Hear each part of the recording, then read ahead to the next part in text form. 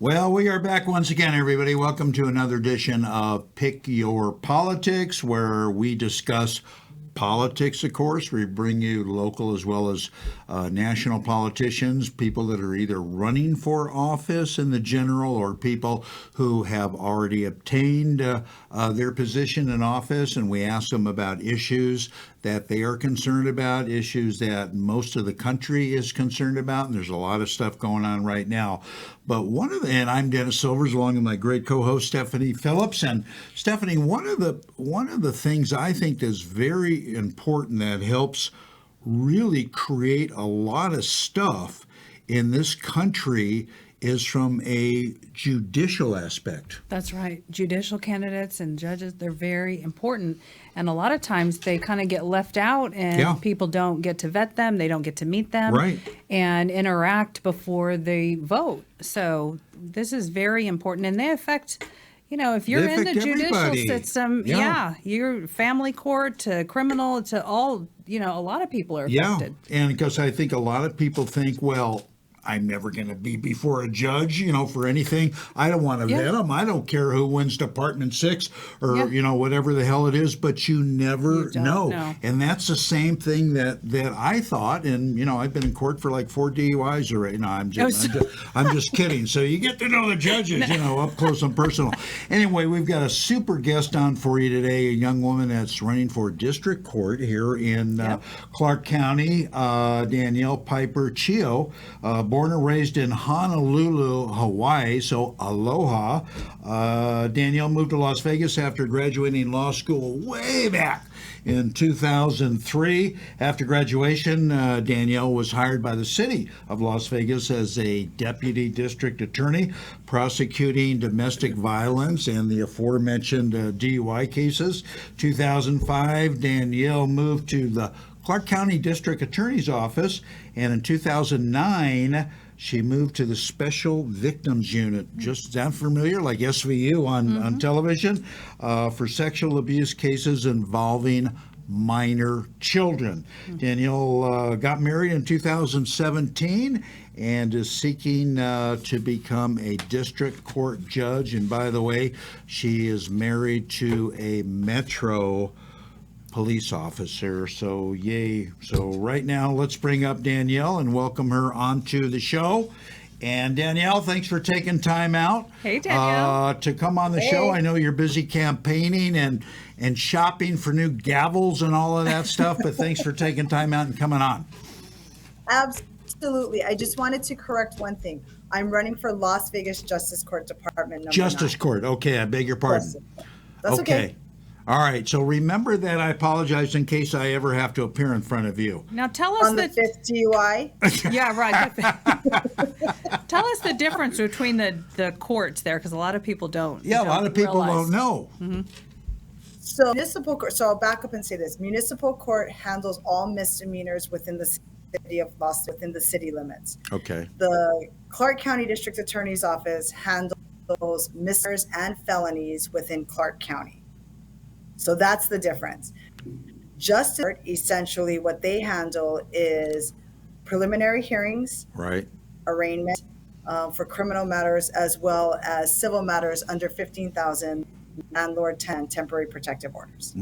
Okay. And then so let's say a criminal case comes in, Dennis unfortunately gets arrested, and he comes into Justice Court. That's where he first will hear the charges that the state is bringing against him.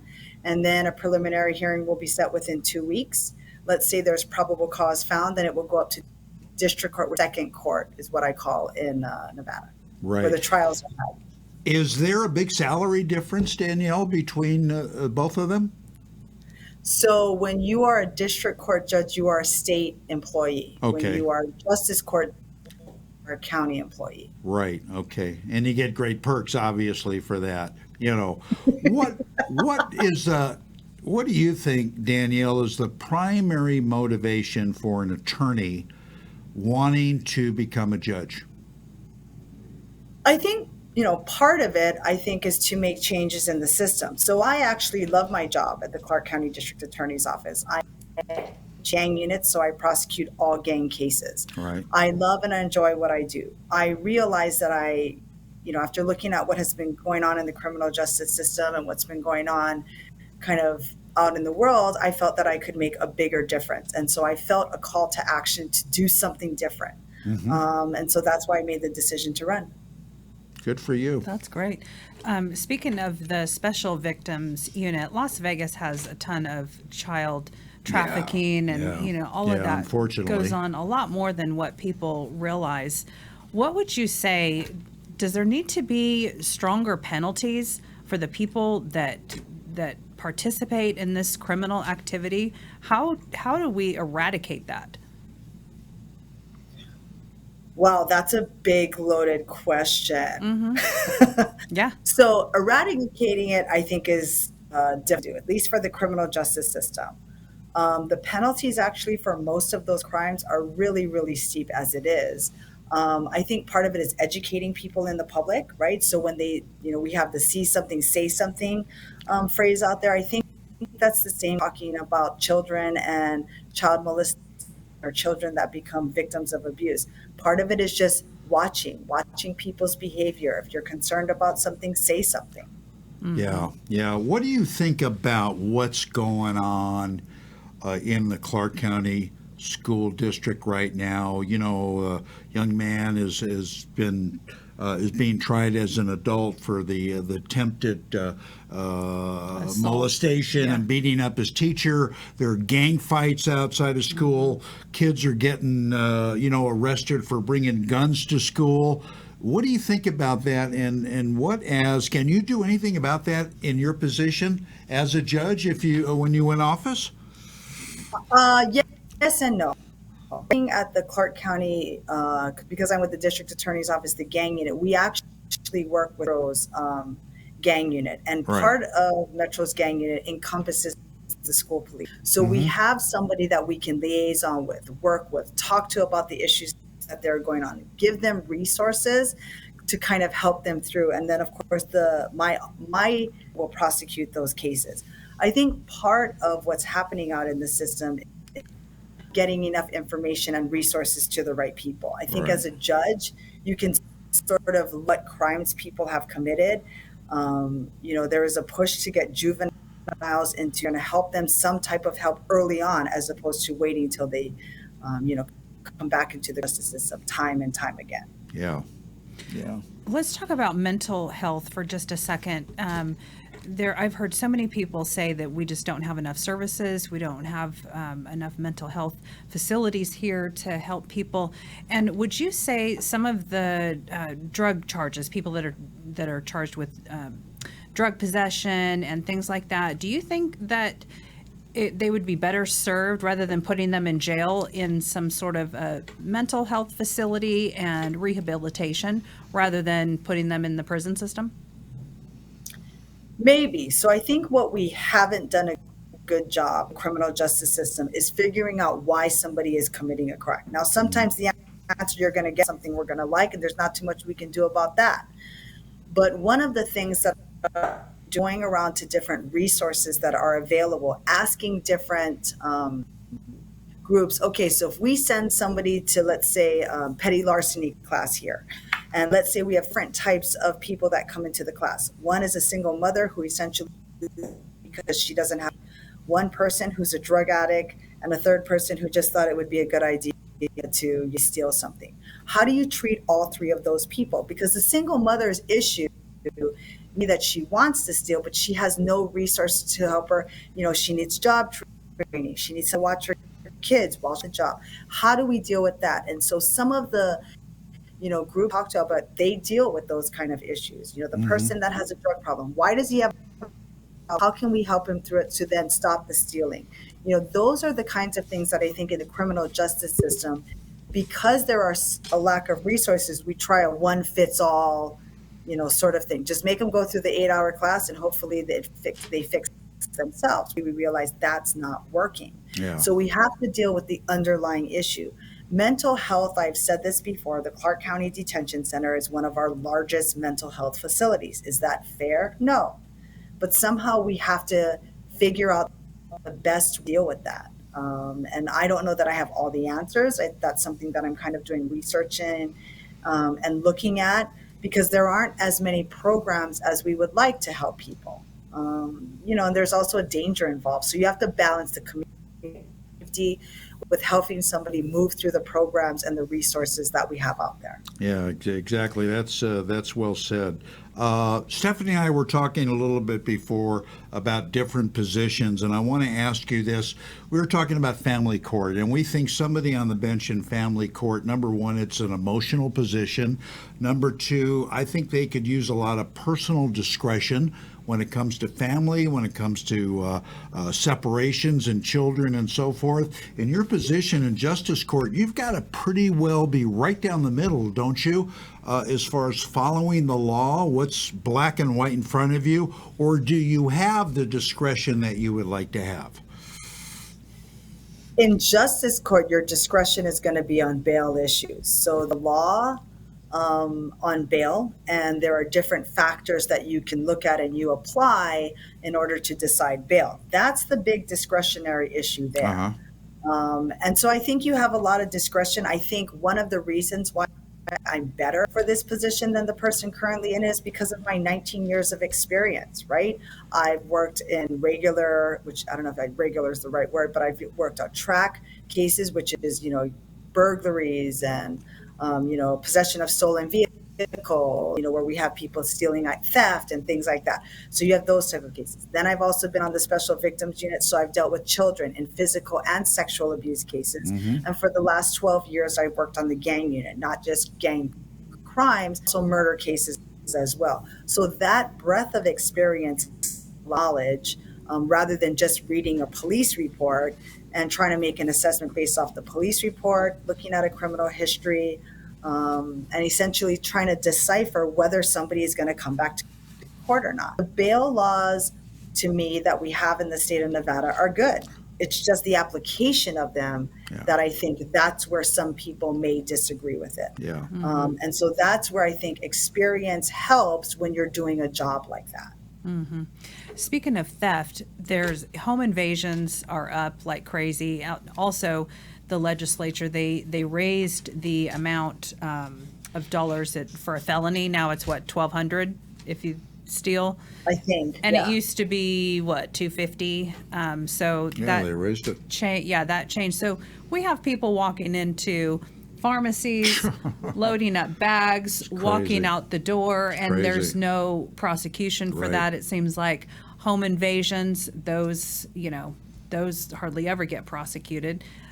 Just someone breaking in and stealing some stuff. And you have a unique perspective because your husband is a lieutenant with Metro. So how do we get to a point where we get tough on crime, people that are breaking into homes and stealing? Because it doesn't seem like anything happens to those people or the people that kind of just walk into a store and load up whatever they feel like and walk out the door. Yeah, because the police and the judiciary work hand in hand.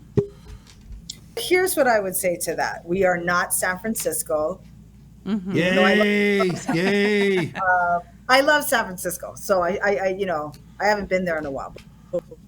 So if you go into a store here and you load up your cart and you walk out, we are able to identify you. You will be arrested for burglary of a business. That's what happens here in the state. But what's the penalty for that? Is that like a stiff penalty? Is stiff enough to where it's going to deter people? Well, that I'm not sure about, right? I mean, I think it's my ending. I haven't been on track for a while. I think it's a C felony. So we've changed burglary. A burglary was a B felony. It carried a 1 to 10 prison sentence, but it was also probation. You had 2 convictions for burglary, then essentially it was non-probationable. Change the categories to kind of fit what was happening out in the community. I think to retail crime, I think they sought a lot of input from people that have businesses, or that's what I was told essentially when they changed the punishment. Home invasions, the Clark County District Attorney's Office absolutely takes those seriously. Those penalties essentially, depending on the damage that's done to the we can essentially charge multiple charges. But anytime you break into somebody's house, that is taken seriously both by Metro as well as the Clark County District Attorney's Office. Yeah, as it should be. If you're just tuning in, we've got Danielle Pieper Chio as our special guest here on Pick Your Politics. Danielle, you're in perfect position to answer this. Do we have a gang problem here in Clark County in Las Vegas? Are you Obviously, trying to get yes, me? because she's prosecuting all of them. So yes, we do. Trouble? Look, I think that, so here's how I answer that question.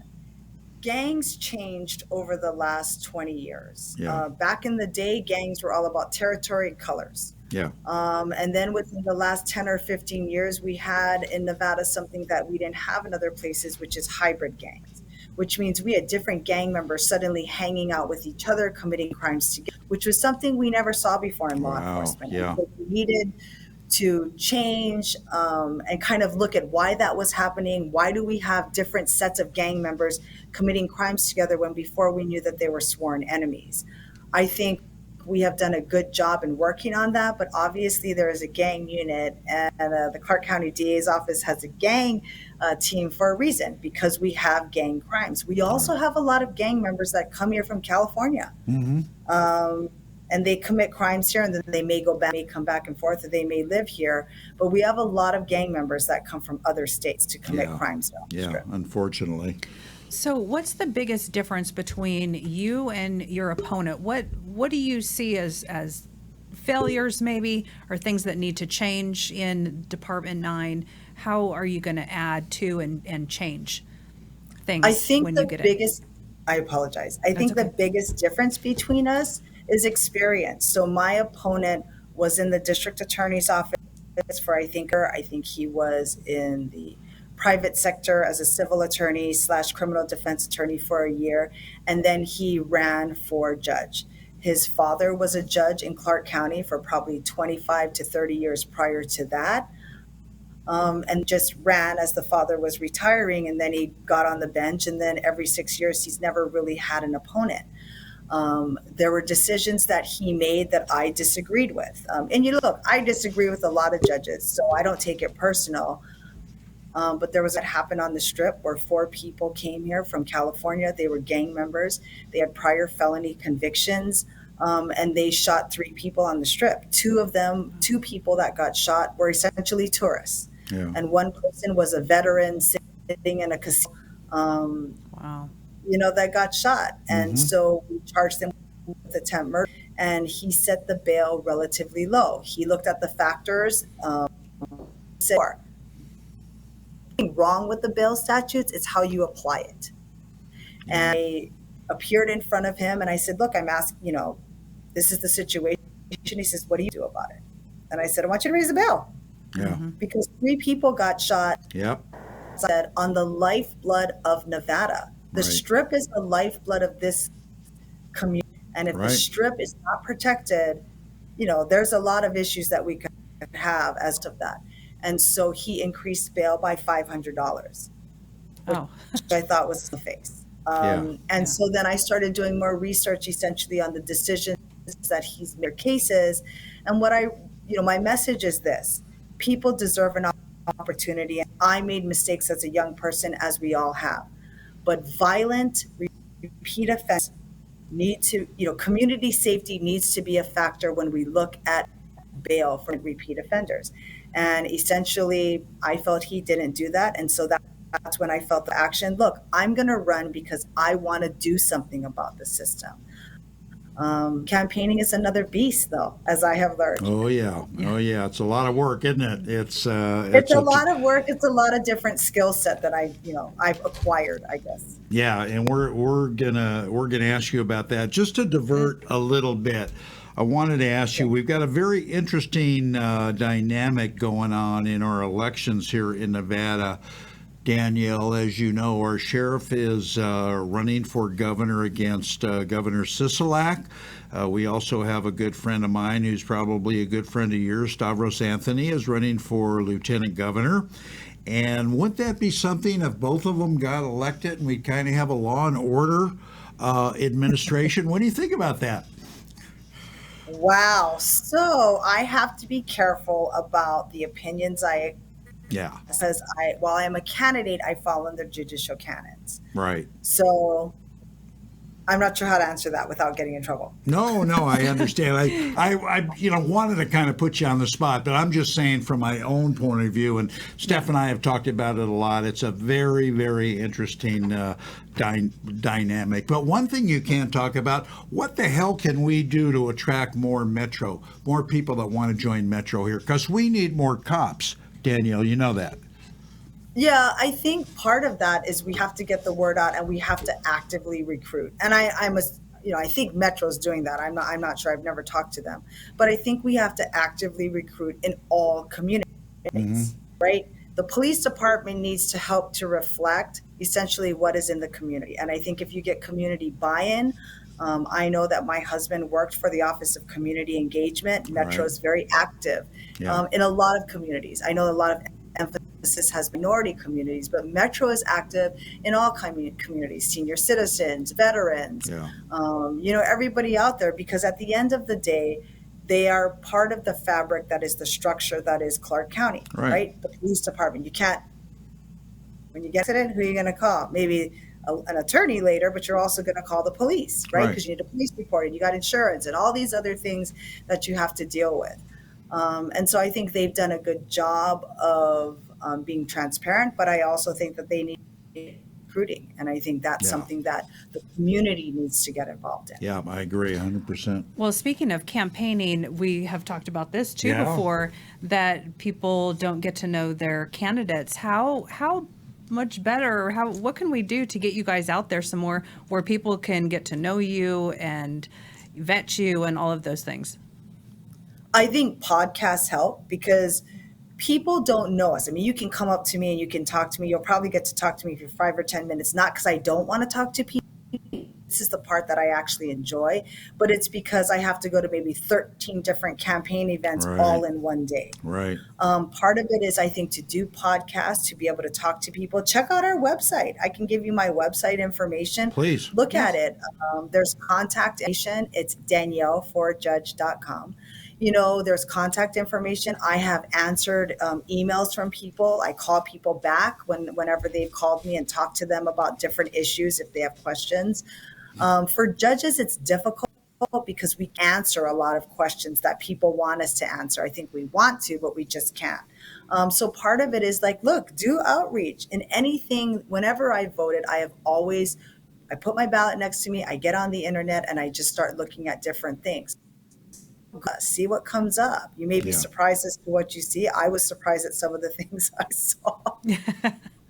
That's true. You never know what's out there. Yeah, and we keep saying the whole purpose of this show, Danielle, is to make people aware of the candidates and to vet them, know who Right. they're voting for. Right. No, Right. that's for sure. Absolutely. Whether Right. they disagree or not. I know Stephanie's going to ask us you said you go to a lot of events, which is great, and you have to.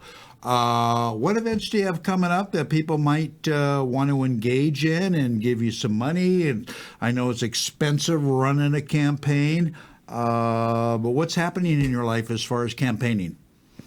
Well, this weekend, I'm actually going to go to the AVA game because I got an opportunity through Hope for Prisoners to get a ticket from them. So I'm going to go to that, essentially that event tomorrow. I also have been walking neighborhoods. So I walk in Sun City. I usually try to every weekend to try and get up people. Yesterday, I had 3 or 4 events. I'm trying to think. You put me on the spot. So I'm trying to think, do I have coming up? Next week, I usually try to hit both Republican and Democrat events because, Right. essentially I need that support from Right. the community. Everybody in that community. I'll go to like the Clark County Women's, demo lunch. I'll go to I'll go to essentially the Republican Club lunch. I go to the Asian Chamber. I was at the Latin Chamber breakfast. Right. Any event I can volunteer at or part of that I find out about, I try to go to. But I have a job, so I also have to do a job. Yeah, you do. You do That's have a true. job. That's very true. You Are have to gonna- campaign on your own time, Yeah, right? exactly. Not- She's doing double Exactly. duty. She's doing double duty. Are we going to see you tonight at tonight's event? Ask her. Oh, Stephanie? yeah, it's the Nevada GOP. They have their First Friday event at Stoney's. Found out about it, so now I might have to stop by. They're having a luau, my dear, in your honor. At 5 o'clock. No way. Yeah. It'd be great because we're going. It'd be great if you showed up, really. At Stoney's, you mean at Town Square. Right? Town Square. 5 o'clock? Yep. All right. I'll put it down on my calendar. See, as I find out about events, I show up. It would be fantastic to meet you in person. Yeah. It really would be. They have that every First Friday of First each Friday, month. yeah. And it got a lot of candidates there, and it's really going to be good. Anyway, we appreciate you coming on the show so much. I know you're busy with your job and campaigning, as all of the other candidates are. We wish you luck in going forward. Anything that Steph and I could do to help you out, just say the word. And I've got one suggestion, Danielle, before we leave. Get some damn pictures on your wall behind you, will you? It looks too bare. There's an inside joke with that, so just ignore him. Wow. Here, I know what you can do. When I win, you can have me back on your show. There you go. Very good. Okay. That's a deal. And where does your nickname come? I wanted to ask about Pieper. Yeah. Oh, so for the past 15 years, I have always practiced as Danielle Pieper. That's my, essentially my maiden name. And I got married 5 years ago, but I've always practiced under Pieper. Yeah.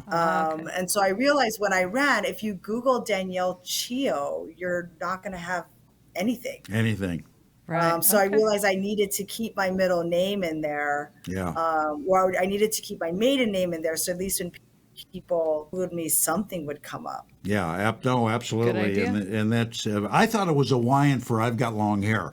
That's what I thought that was. But anyway. You didn't Google very well then. No, I don't Google very well. But anyway, thank you again, Danielle. We hope to see you soon. And we'd like to have you back sooner than later. Thank you very much. You guys have a nice. Thank you very much. Danielle. Thanks, Danielle. All right. Nice lady. Yeah, she'll be a great addition to the board too. Yeah, we're coming from the DA's office and the city attorney's office. You could say she's got a lot of experience. She certainly does. Yeah, that's good. I'm glad to be able to get these judicial candidates on our show. It's important. Because that gives people, an idea what they stand for, how they think, and their experience and those things. And that's really important that people. You can say that affects everybody. That Sure affects does. everybody. Well, that's going to wrap it up for this edition of Pick Your Politics. For Stephanie, I'm Dennis. Remember, vet those candidates like we talked about. Select wisely, but the most important thing, get out and vote. So we'll see you next time, everybody. So long. Later.